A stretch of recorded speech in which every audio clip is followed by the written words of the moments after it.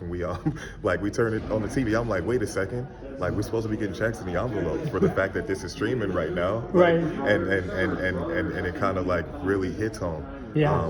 Why we're in a strike and why with all the new media, with all their platforms, how there's ways to get around the hands of the people Sure. that make it, and that kind of being compensated rightly and fairly. So I'm all with it. You're a writer on Ballers, weren't you? Yes, You writer were and the producer. spinner. Yeah. Awesome show. So Yeah, appreciate that. How did you get involved with that? So great question. Obviously, as I was playing, most of like my following people know that I wrote, namely with the Huffington Post, had a blog. And so when I retired and I wrote that piece that kind of went out, that was the same time that HBO had just picked up Ballers, and they were putting together their writing staff for the show, for the thing. So they reached out to me to originally come in for a few weeks as I was there.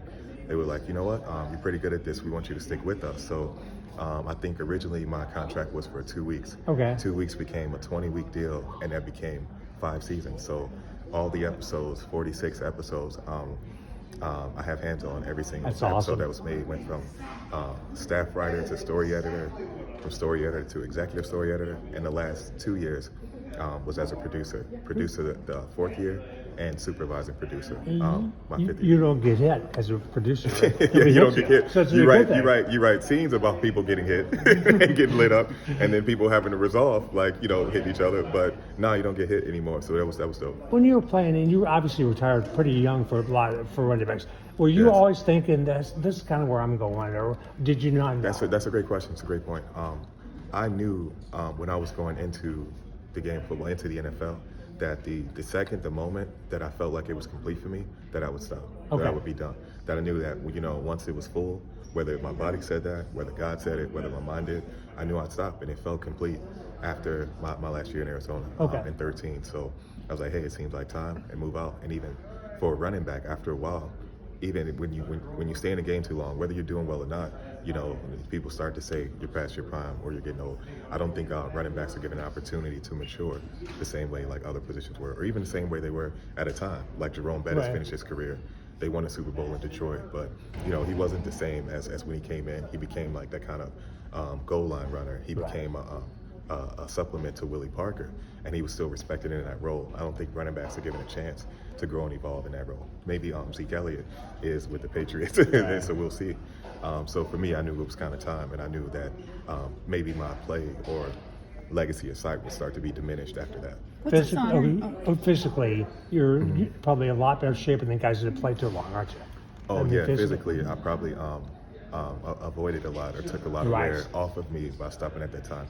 And I'm glad I have, because now, I play in some basketball leagues. We just won the Shepherd Church Basketball League, a few friends of mine, and I'm able to kind of be out and active and have still some of my athleticism where maybe, I'd be dealing with more problems. Sure. What's this honor mean to you? Man, this means everything. To be honored here at my alma mater, university, and even growing up and, seeing those guys, like the names and the pictures on the walls in Grange and Hallis and Grabowski, the great Jim Grabowski, to be I'm seeing articles and somewhat mentioned in that form, somewhat like recognized and respected in that way. To think that I did that much means a lot and an honor,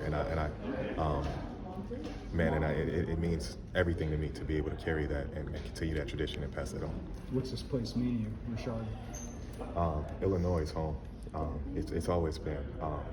They got to find this image from when I was a kid and my mom had, and I'm wearing an Illinois sweatshirt, like as a little kid when we were living in Culver City, like California, because my family's back and forth from Chicago and California. But from growing up, in our home we didn't really watch much football for whatever reason. But the only one I do remember is seeing Illinois play and seeing the blue and orange, but seeing that orange end zone with those white letters that said Illinois. Being a kid from Illinois, that just spelled home. It was a Texas and a Georgia and a Florida.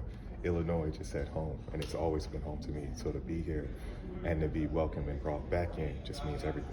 Obviously, you have more to life than football, but what did football mean to you? Man, football, I would say at its surface was like an identity, but for us as athletes, how we feel inside, it was like home.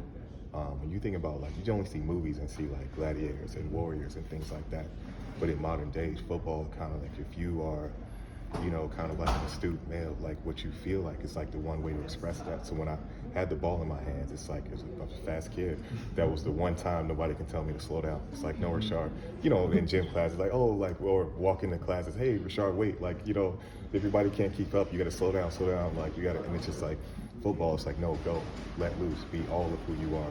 So football is an expression, really, like an expression of who I am and how I feel, and so much so. And physically, with that expression kind of feeling full, now I can express myself in different ways and writing and different things. But that's what I did in that time, what we did as brothers together, will always stick with me and remain. Some people were lost after football. Yeah, of course, because of that. Yeah, but you get used to seeing yourself, feeling yourself, expressing yourself in that way, and that becomes your identity. And when you stop to re-identify that, to redefine that with football is one place where you have to be 100% yourself, or you can't go out there. So to try and have to find something that you feel that deeply about, that passionately about, that you express in that way, even for the best of us, that takes some time, if it ever even happens. It's a challenge. It's a struggle. Did you find that? Yeah, it took some.